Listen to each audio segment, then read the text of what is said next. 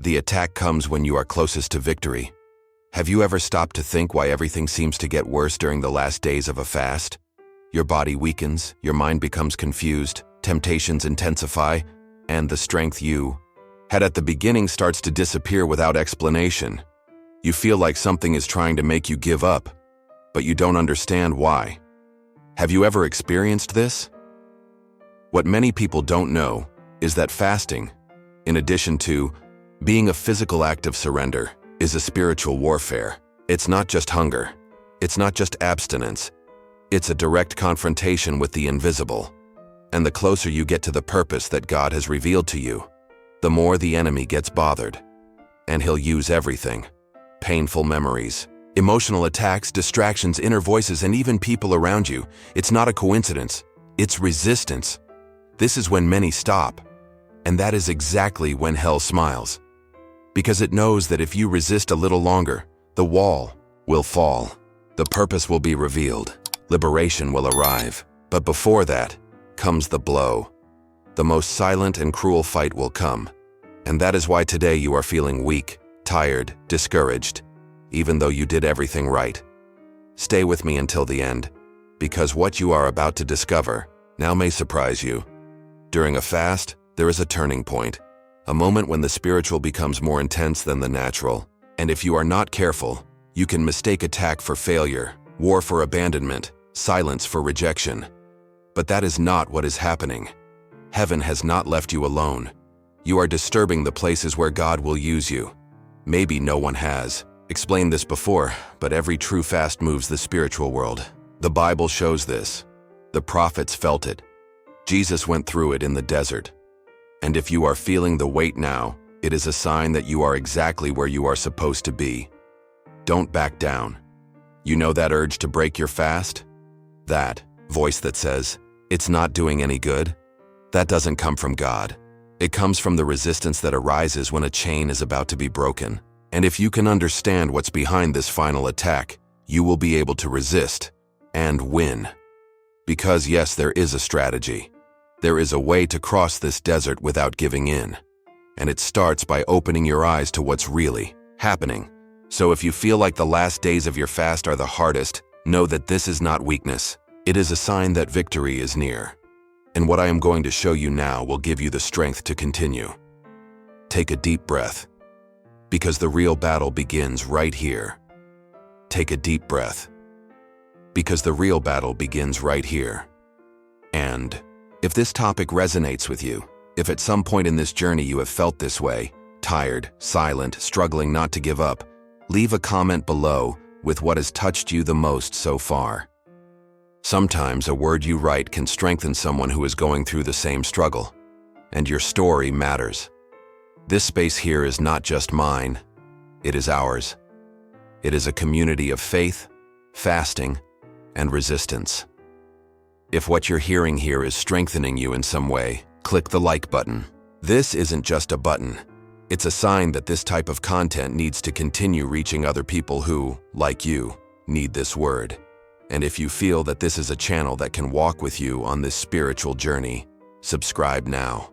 There's a lot of profound stuff coming, and I want you to be a part of it from the beginning. Your participation here is what makes this channel grow and reach more people with this message.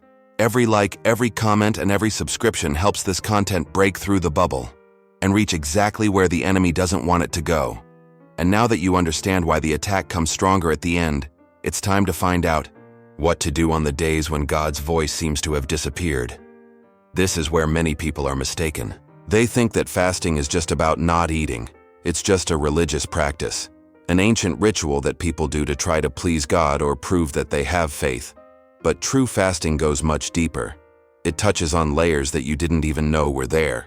And that's why it bothers them so much. Because it starts in the stomach but ends in the spirit. It starts by taking food off the plate and ends up taking control of the soul. When you fast sincerely, something in the spiritual world moves. You may not see it, you may not feel it, but it happens. And you know what's even crazier? Precisely because you don't see it, the enemy tries to convince you that it's not working, that you're just hungry, weak, wasting time. But in the invisible, strongholds are being shaken. Chains are weakening. Doors are getting ready to open. The problem is that this silent transformation bothers those who feed on your chaos. And that's why the attack comes. Hell feeds on your distraction, your haste, your anxiety. When you fast, you break this cycle. You stop everything and say, "Now it's between me and God." And this attitude alone tears apart spiritual structures that have been built over years. That's why it seems like everything is against you. Because it really is. It's not your imagination. It's resistance. It's an attack. It's spiritual. Sabotage disguised as emotional. Your mind starts to race. Old memories come back. Forgotten pains reappear. People disappear. Invitations, demands, noises appear. All at once. But there's something few people talk about when it comes to fasting. It's not just about renouncing. It's about exchanging. You're not just giving up food. You're exchanging physical nourishment for eternal nourishment. You're saying, "I want to be sustained by something the world can't give me."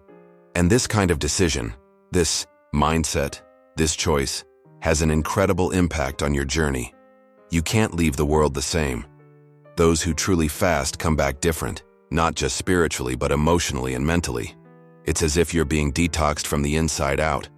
It's as if layers of dirt are coming off, revealing who you've always been, but who were erased by the noise of everyday life. And when this process begins, hell notices and reacts. And this is where many people back down, because they confuse pain with error, silence with abandonment, resistance with punishment. But it is not. This is the backstage of a liberation. It is the agitation before victory.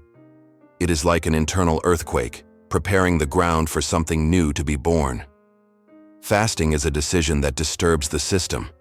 It is you saying, "I no longer accept being held hostage by my desires." And this shakes it more than you can imagine. Each day of fasting is a weapon pointed inward. It is a choice to face your own soul, to look in the mirror and see what really controls your life. Is it hunger? Is it fear? Is it haste? Is it vanity? True fasting reveals you. It tears away what is disguise, what is escape, what is addiction. It goes to the root. That is why it hurts. That is why it empties. And that is why it transforms. And that is where the spiritual secret lies. Because it is in the emptying that God fills. It is in the silence that He speaks. But to do this, you need to resist the pressure from behind the scenes. Those moments when it seems like nothing is happening are, in fact, the most decisive. You are clearing the ground for something to be born. You are rebuilding the altar. And the altar needs to be clean to receive fire. And this fire does not fall while there is still rubble. That is why fasting digs, tears, stirs, and hell, which was comfortable, screams. Because it realizes that control is going away. It realizes that you are returning to the center, to the plan, to the purpose, to the place of intimacy. And nothing is more threatening than someone returning to that place. And when this change happens within you, the voices from outside lose their power. Temptations begin to lose their meaning. Anxiety slows down. The desire to give up doesn't go away, but you begin to understand where it comes from. And this gives you authority. Because fasting is more than discipline, it is discernment. It gives you spiritual eyes. And those who see spiritually do not give in to temporary pressures. Now I want to go even deeper. The kind of attack that comes when your mind begins to align with your spirit. Because then the enemy no longer tries to just tire you out. He tries to confuse you. And confusion is more dangerous than pain. Because when you feel pain, you cry out. But when you are confused, you stop. You lose yourself. And that's exactly what we need to talk about now. Comment here. I'm on this journey too. At first it seems like it's just physical weakness, a headache, a grumbling stomach, a scattered mind, that unexplained irritation. And it's easy to think, this isn't for me. But the truth is that the body screams first because it's the one that will lose the most on this journey. The body wants to maintain control. It has learned throughout its life that it's in charge of hunger, sleep, haste, pleasure. And When you take away food, you break this cycle. The body rebels, but it's not the spiritual attacking you yet. It's the natural resisting the loss of control. And here comes one of the biggest confusions of those who are starting to fast. For real, thinking that they are in sin because they don't feel anything. Where is God's presence? Why am I more impatient than before? Am I doing it wrong? No, that's what is expected. Because you are turning the key. You are removing the stimuli that have always dominated your senses. And when the soul is without these anesthetics, everything becomes more evident. The deficiencies, the compulsions, the vices disguised as routine. Fasting brings to the surface what was hidden. It's like cleaning a dark house with a dim flashlight. At first, all you see is the dirty floor. But the brighter the light, the more dirt appears in the corners. It's uncomfortable. It seems to get worse before it gets better. But it's part of the process. And understanding that changes everything. Because you stop fighting the symptoms and start recognizing the real war. It's not hunger, it's addiction. It's not headaches, it's emotional withdrawal. It's not discouragement, it's an exposure of the soul. And when you understand that the first few days of fasting are a kind of detox, you become more patient with the process. Because it's not about getting to the end with strength, it's about getting through the beginning with awareness. The transformation begins exactly when you realize that your body is trying to sabotage you, but you no longer have to obey it like before. And this isn't just about food. This is about life, about decisions, about mindset, about what really controls your reactions in your day-to-day life. We live at such a fast pace, so focused on the immediate, that any sign of discomfort is seen as a mistake. But on the journey of fasting, discomfort is a sign that something has been touched. When it hurts, it is because it has gone beyond the surface. When it bothers, it is because it has hit something real. And true fasting cannot be superficial. It gets to the point. It breaks the autopilot. It gives you back your self-control, your focus, and your spiritual sensitivity that the noise of everyday life had muffled. And you know what's most interesting? Often the biggest attacks aren't external. They come from within your own mind. They're thoughts like, "This isn't going to make any difference. You're just starving yourself.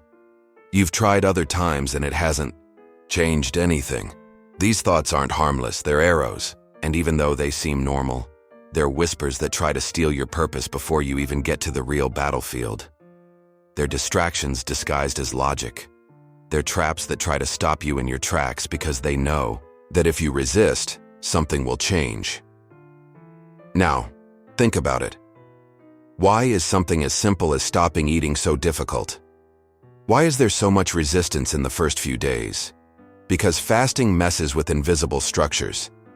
It forces you to face the void. And the void is scary. We get used to filling everything, with noise, with food, with social media, with commitments. When all of that comes out, what's really inside is left. And that's when you start to realize how many things need to be resolved. How many distractions you use to call life. How many noises were taking the place of God's voice. That's why the first few days are the noisiest inside. Because that's when the natural still has the strength to scream. And the more you advance, the more that scream loses its power. And it's in this advancement that the spiritual begins to manifest itself. Not as something mystical and distant, but as clarity, as lightness, as peace in the midst of chaos. And this peace doesn't come because the world outside has changed. It comes because something inside you has begun to align, to return to the center, to the right place.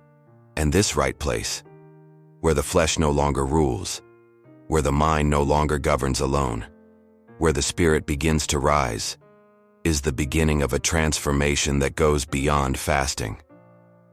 Because fasting, when it is real, does not end when you start eating again. It plants seeds that continue to germinate. It leaves marks. It teaches a path of sensitivity and mastery that carries over to other areas of life, in the way you listen, speak, choose, react. Now I want to take you deeper into this. Because when the body finally shuts down, another voice starts to rise up. A voice that you need to recognize and know how to deal with. Because that's when the enemy changes strategy. He realizes that he can no longer bring you down with hunger. so he starts to act more subtly. And subtlety is dangerous because it enters without making a sound. Comment here. That makes sense to me. It is there, right in the middle of the process, when the body has already quieted down and the mind begins to slow down, that something different happens. The air changes, the atmosphere becomes heavier. You realize that it is no longer just about you. It is not just your hunger. It is not just your internal challenge. There is something bigger at stake. It is as if the invisible world realizes that you have crossed a line. And it is true. You have crossed it. When you reach this point in the fast, you are no longer just someone who is disciplining yourself. You become someone who is affecting spiritual territories. This is when you start to poke at places that have been untouched for a long time. Strongholds that you didn't even know existed within you begin to shake. And it's not just yours. You begin to touch spiritual realities all around you. Relationships, environments, family cycles, situations that seemed normal begin to react. And it's not always pretty, it's not always calm, because what's being shaken doesn't want to give in easily.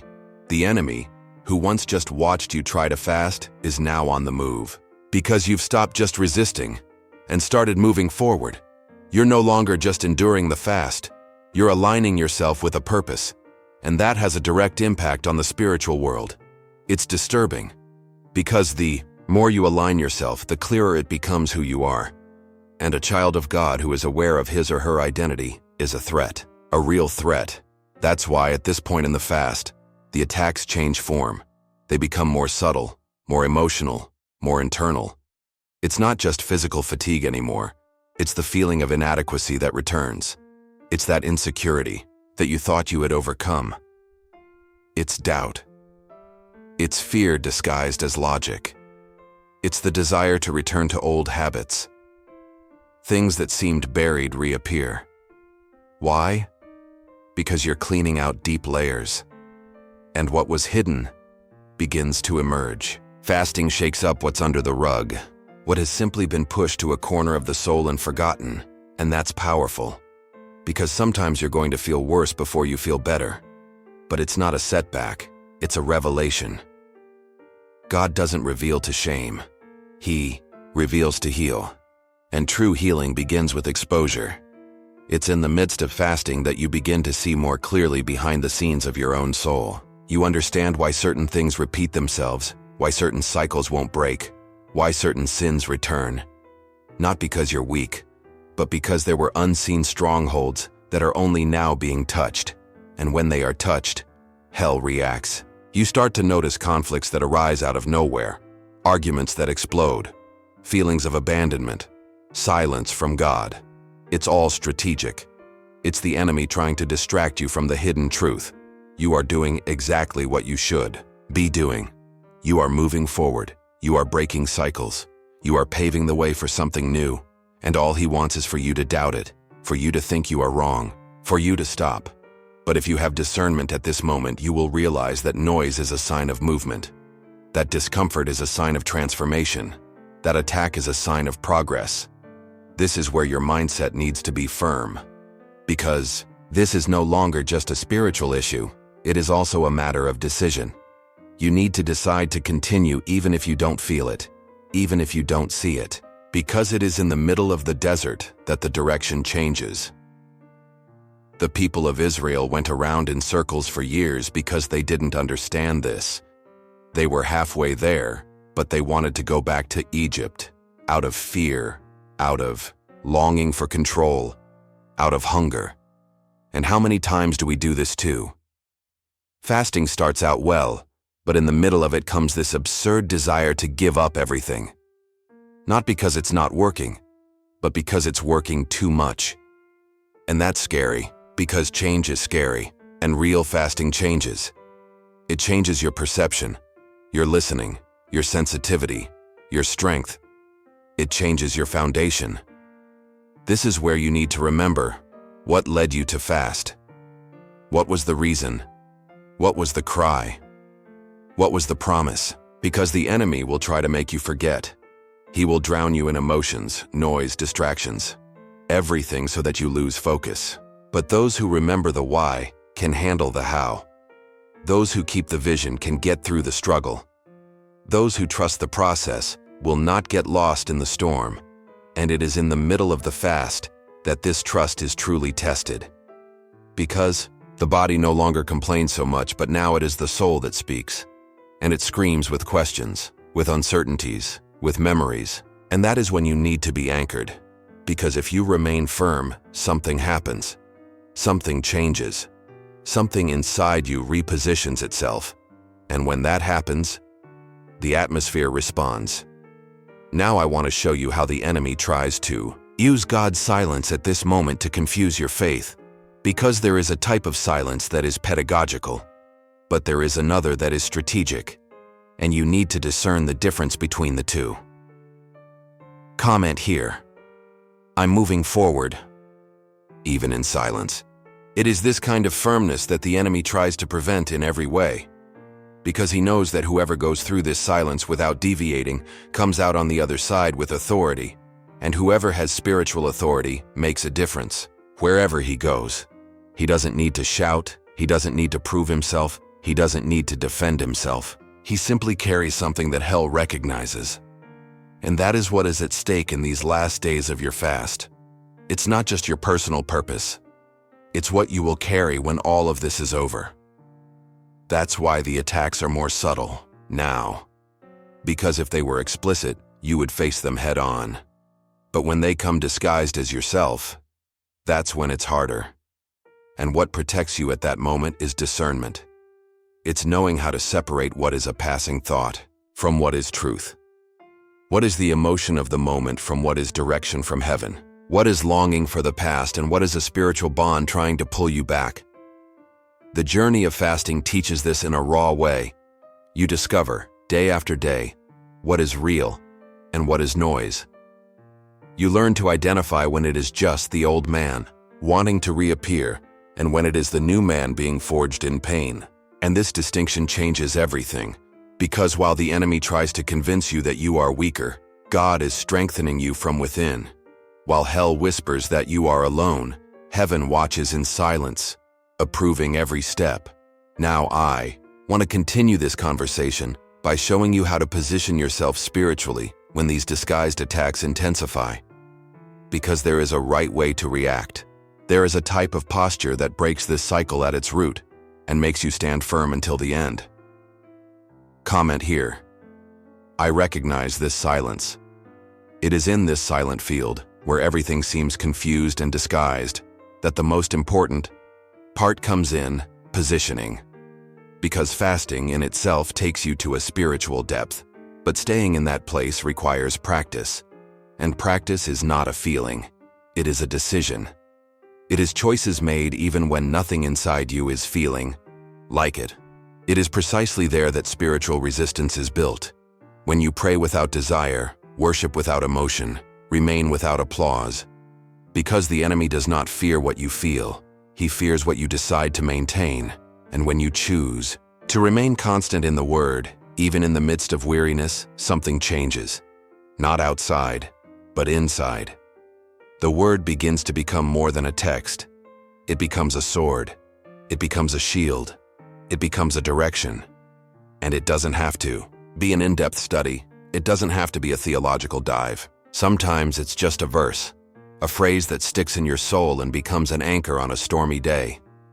A psalm read in the morning that echoes in the afternoon when anxiety tries to creep in. An ancient promise that you remember in prayer and that rekindles the silent hope that you are being shaped. Prayer, then, becomes more than a request.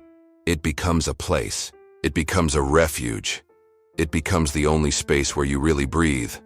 And it's not always pretty, structured, or long. Sometimes it's just a tired whisper, a help me with wet eyes, a sincere confession in the middle of the night. And that's okay. Because heaven does not respond to performance. It responds to truth. And truth spoken with sincerity carries more power than 1,000 memorized words. Prayer at this stage of the fast is not just intercession, it is survival. It's a reunion. It's reconnecting with what sustains you when everything seems to fall apart. And then comes praise. perhaps one of the most ignored weapons in these moments, because when the soul is heavy, the last thing it wants to do is sing. But that is exactly why praise has so much power, because it becomes a war cry disguised as a song. It breaks atmospheres. It repositions the heart. It puts the spirit in control. It is not about singing beautifully. It is about singing with faith, about putting into the air words that your feelings cannot form. And every time you do this, even if you do not want to, you tread on territories that the enemy thought were. Is praising without feeling is an act of war. It is you saying to the darkness, I am still here, and even without seeing, I believe. Even without feeling, I worship. And this has a spiritual weight that you may not even realize now. But that is creating invisible roots that will sustain fruits that you will still reap. Because praising in the midst of fire is the language of those who know that fire is not the end. It is a passage. But to be able to stay that way, firm, sensitive, resilient, you need to be vigilant. And being vigilant is not about living in fear. It is about living with perception. It is about being attentive to the small movements of the soul, to the small cracks that, if ignored, become holes. It is about noticing when you start to disconnect, when time with God is being replaced by distractions, when conversations change tone, when the atmosphere starts to feel heavy. Vigilance is about keeping the altar clean, and that requires sincerity, because there is no point in hiding from God what He is already seeing. What strengthens you in this regard is the truth, and the truth hurts sometimes, but it always sets you free. Vigilance also involves how you respond to external situations, because there will be provocations, there will be tests, there will be people acting as if they want to get under your skin, and oftentimes it's not even intentional. But you have to decide that you won't get into that groove, that you won't stoop to that level, that you won't respond in kind, because you're in a spiritual place that demands responsibility. And every time you choose peace, you preserve what fasting is building within you. Each of those decisions is a brick in the structure of your new mindset. And here comes a precious key. True fasting is not about having more spiritual authority in front of others. It is about having self-control when no one is watching. It is about keeping calm when the flesh wants to explode. It is about being silent when the soul wants to scream. And this, my brother, my sister, is training. It is practice. It is daily construction. And no one will applaud you for this. But heaven notices, and hell too. This construction will lead you to a type of spiritual stability that is not shaken by any wind. You may even feel the impact. You may even sway, but it will not collapse. Because there is a foundation. And this foundation is being built precisely in these silent, difficult, tiring days, when everything inside you wants to stop, but you decide to continue. Now I want to continue showing you how heaven responds when you persevere at this level of surrender. Because there is a kind of response that does not come as an immediate miracle, but as a silent release, a change in the environment, a direction that appears, a strength that is reborn without explanation. Comment here. Even if I don't feel like it, I continue. Now think about it. Why did the greatest men of God go through intense fasts before the biggest turning points in their lives? It wasn't by chance. It wasn't a mystical ritual. It was positioning. It was war. It was preparation. When we look at Jesus in the desert, right after his baptism, we see a scenario that seems contradictory.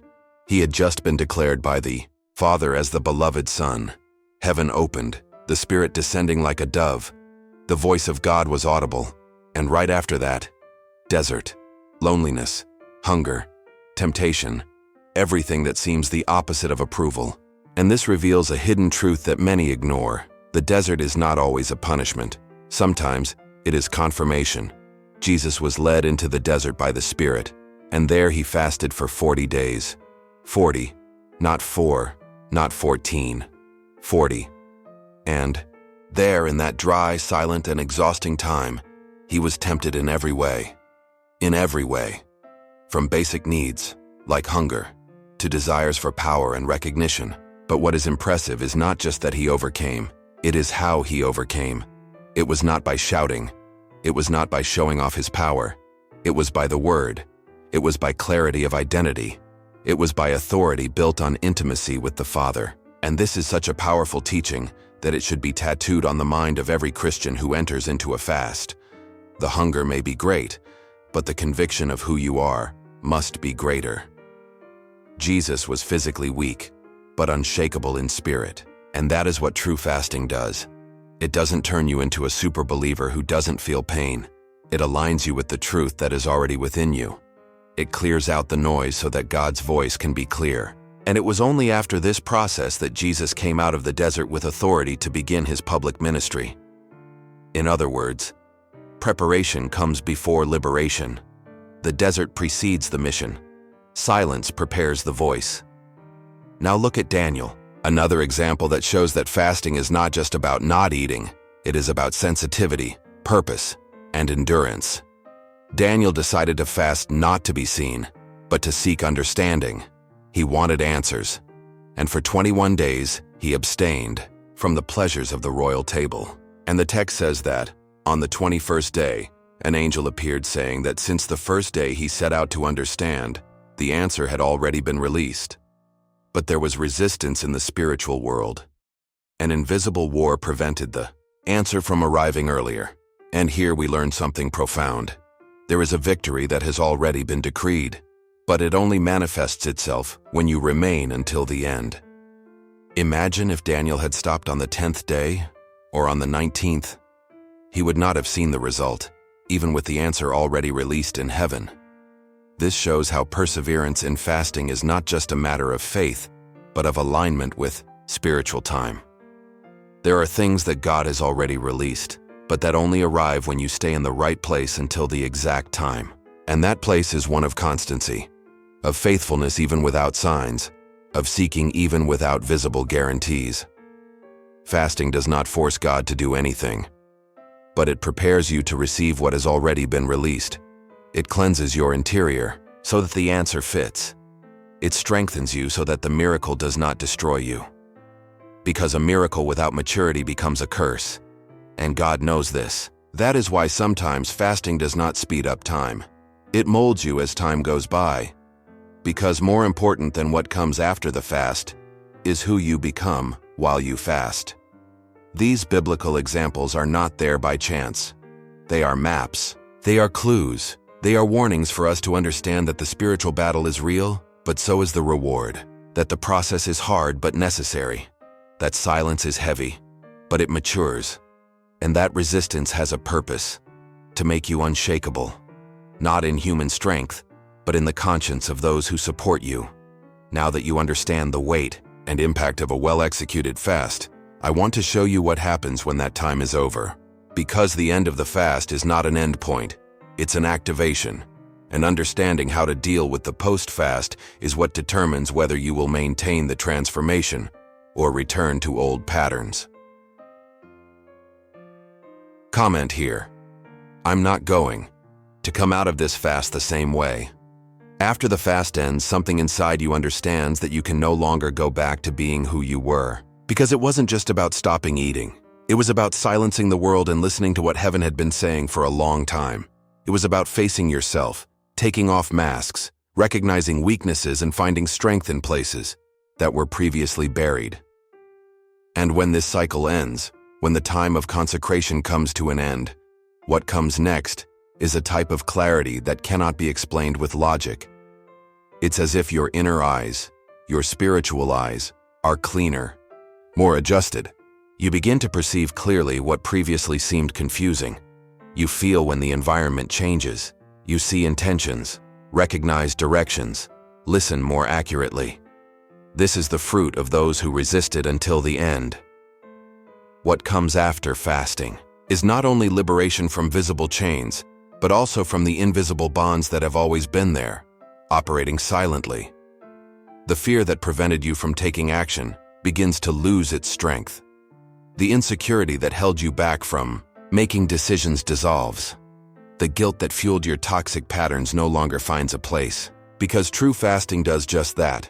It pulls you out of one cycle and plants you in another. It repositions you spiritually, emotionally, and even physically.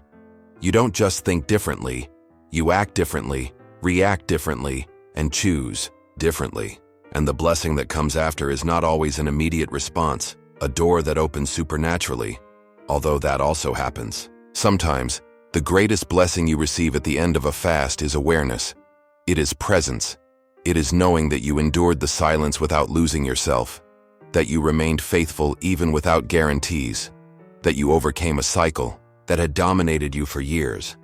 And that in itself is a huge liberation.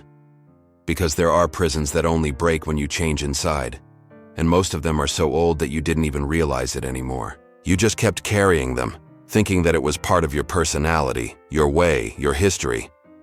But fasting cleanses the eyes, and when the eyes are cleansed, the truth reveals itself. And the truth, even if it hurts at first, always brings freedom. It deconstructs old lies. It exposes invisible vows. It shows you that you accepted living less than you were called to live. And when this becomes a revelation, you can no longer live the same way. Your mindset changes. Your spirit takes a stand, and your journey takes a different direction. This is why you need to understand. The greatest war usually happens close to the greatest revelation. And what seemed like the end of the line was just the beginning of something you couldn't see yet. Sometimes the feeling of desert was God taking you away from noises that confused you. Sometimes the weight was resistance from an area where you needed to break through. Sometimes the silence was preparation for you to recognize His voice more clearly. All of this is part of the backstage of transformation. And now, on the other side of the fast, you can look back and realize that each day had a purpose. Each tear had a reason. Each silence carried meaning. And there's something even more powerful about all this. The post-fast is where you begin to walk with the authority that was forged within. It's no longer theory, it's practice. You pray with more faith because now you know what it means to truly depend. You keep silent with wisdom because now you understand that not every answer needs to be spoken. You move with purpose because now you recognize what is direction and what is distraction. This is fruit. This is reward. This is what awaits those who go through the entire process without shortcuts, without pauses, without giving in to the shortcuts of the soul. And even if external circumstances don't change immediately, what's happening inside you has already changed enough for everything around you to start responding differently. Doors that were locked start to creak. Connections that no longer made sense start to dissolve naturally. What was confusing starts to align, and you feel it wasn't just a fast. It was a turning point. It was the beginning of a new time. A time where you no longer need to try hard to appear strong, because you've already understood that true strength lies in recognizing your dependence, in standing firm even in the dark, in obeying when no one is looking. This is where liberation happens, not only from spiritual chains, but from false identities, unnecessary pressures, and suffocating routines. You begin to live more lightly, because now you know what really matters. Your energy goes to what is eternal. Your focus returns to what is essential. And everything that seemed unavoidable, urgent, suffocating, no longer has as much power. Because now you see things with the right eyes. Now I want to take you even deeper. How to keep this transformation alive after fasting, without getting lost in the pressures of everyday life. Because the biggest challenge is not being transformed, it's staying transformed when the world goes back to normal. Write in the comments, "Now I see clearly." If you've come this far, it's because something inside you is being awakened. And perhaps this journey we've shared now has brought you clarity, strength, or just that relief of knowing you're not alone on this journey. If this message made sense to you, leave a comment below. I'm with you until the end. Just so. I know who really stayed until the last minute, who is really living this. And if this content helped you in any way, if it brought you peace, direction, or even a necessary confrontation, click like. This helps the video reach more people who also need this word, this push, this realignment. Take advantage and subscribe to the channel to continue this journey with me. Here we talk about faith in depth, without beating around the bush, in a way that transforms inside and out. There's a video here that complements everything you just heard. Click and continue with me there. we still have a lot to talk about. It's funny how everything seems to fall apart just when there's not much left. When the finish line starts to appear on the horizon, when the body is lighter, the mind more centered, the spirit more sensitive, it's at that exact moment that the attacks become more intense, more subtle, and more dangerous. The last days of the fast are not difficult by chance. They are sacred territory, and the enemy knows it, because it's there that liberation is consolidated. It's there that vision becomes clear. It's there that the heart aligns with the original purpose. And for that reason, it's also there that hell tries to launch its most strategic attacks: confusion, tiredness, distraction, and doubt. It's no coincidence that you have more nightmares than before. It's not normal for so many urgent tasks to appear on the same day.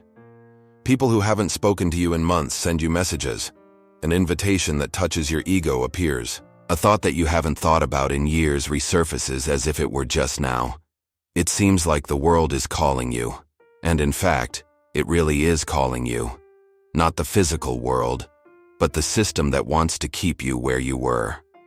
Because true fasting is not just about breaking away from food. It's about breaking away from patterns, from invisible prisons, from emotional and spiritual dependencies. And that bothers you deeply. In the last days, when the Spirit begins to breathe more deeply, when the presence of God begins to be felt even in silence, the enemy can no longer use hunger as a tool. So he resorts to other means. He messes with your identity. He tries to convince you that you are still trapped, that nothing has changed, that it is all an illusion.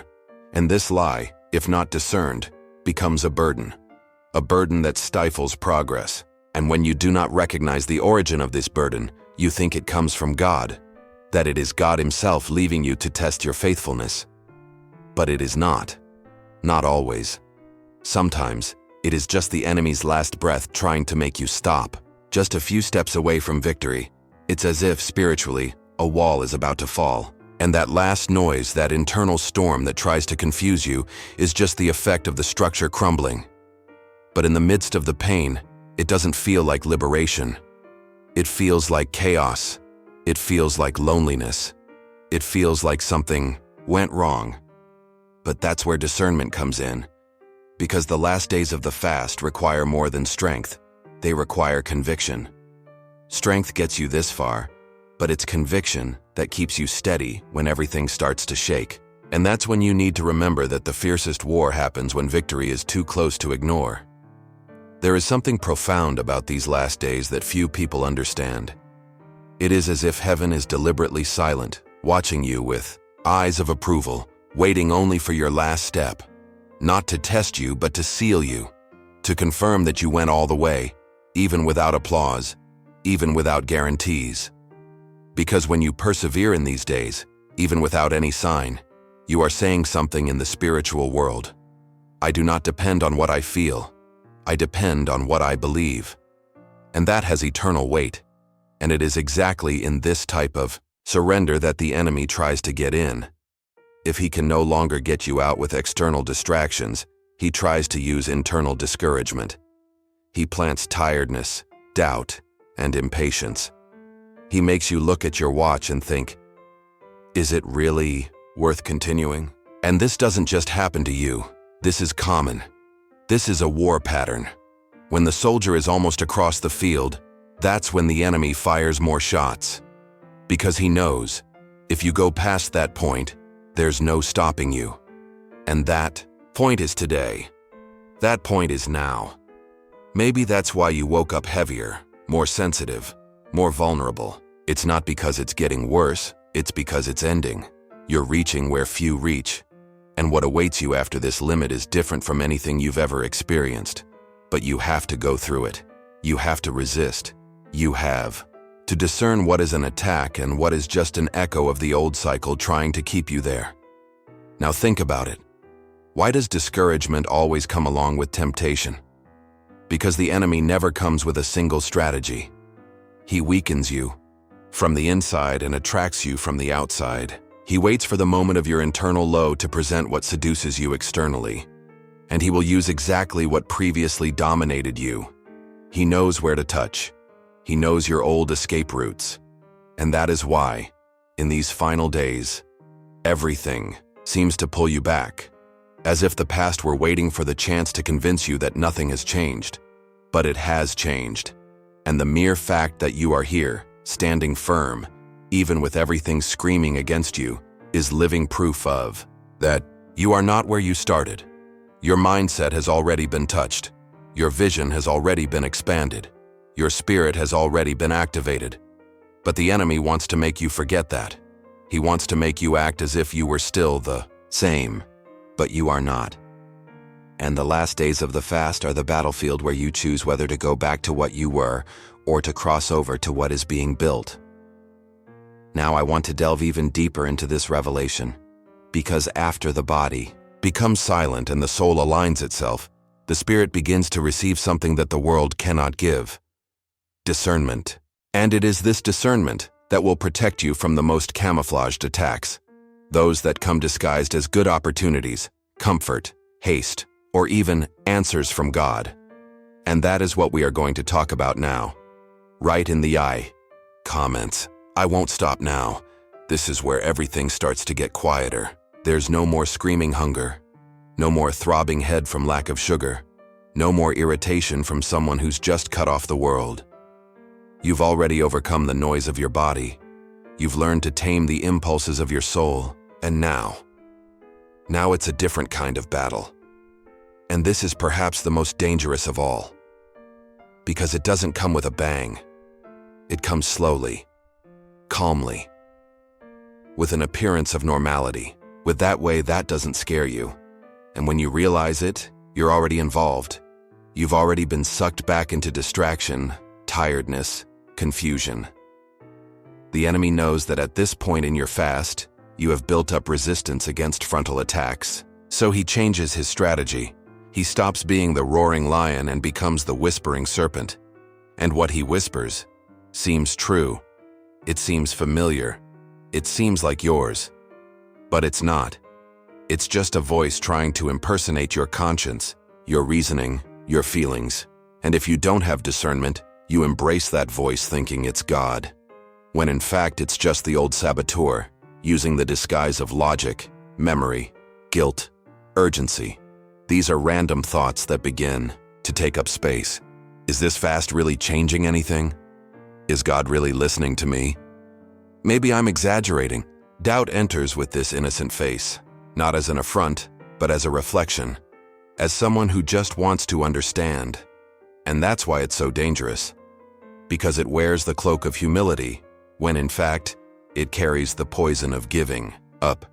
And sometimes it's not even a thought, it's people. People close to you who, without realizing it, become an instrument of this distraction. Someone who comes with untimely news, someone who provokes you without knowing it, someone who makes a comment that dismantles you. And you feel it, but you don't understand it, because it's not something serious. It's just that discomfort that takes you out of focus, that robs you of the peace you had managed to achieve. That makes you go back to a state you had already left behind. And that's how the enemy acts in these moments. He doesn't try to destroy. He tries to misalign. He doesn't want you to stop. He wants you to get distracted. Because getting distracted is almost the same thing. And when he realizes that he can't distract you with the external, he goes with the internal. Memories, sensations. That past that you thought you had already resolved comes back with force. But it doesn't come back the way it was before. It comes back as longing, as doubt, as distorted memory. And suddenly, you start to think, could it be that I was hurt that much? Could it be that it wasn't my fault? Could it be that I really forgave? And these questions, once released, make room for feelings that you thought were buried. Unhealed wounds, masked resentments, stories that seemed resolved, but that come back. Not to be dealt with, but to hold you back. And along with all this comes the so-called emptiness. An internal silence that seems heavy. A type of absence that you can't explain. You pray, but you don't feel it. You read, but you don't connect. You try to worship, but it seems dry. And your mind starts to create theories. Have I lost God's presence? Has he moved away?